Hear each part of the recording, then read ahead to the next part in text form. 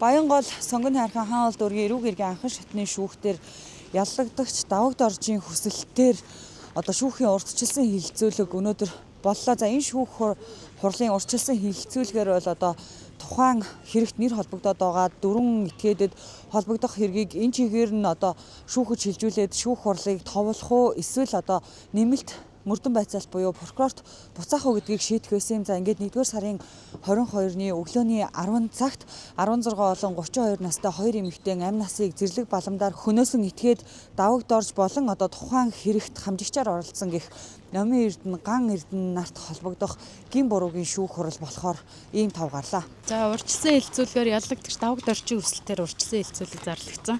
Сая урьдчилсан хилцүүлгийн явцад бол давагд орч гаргасан хүсэлтээсээ татгалцсан. Тэгээ одоо хэрэгийг шүүхэд шилжүүлсэн. Тийм шийдвэр гарлаа да. Нэр бүхий дөрвөн ялагдагчид холбогдох хэргийн урьдчилсан хилцүүлэг манай шүүхтэр 15 цагаас эхэлсэн байгаа.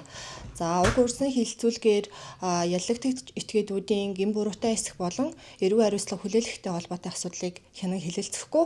За ялагдагч этгээдүүдийг прокурорт буцаах уу эсвэл шүүхэд шилжүүл шүүх хуралдааныг товлон зарлах уу гэдэг асуудал хэлэлцэгдэнэ.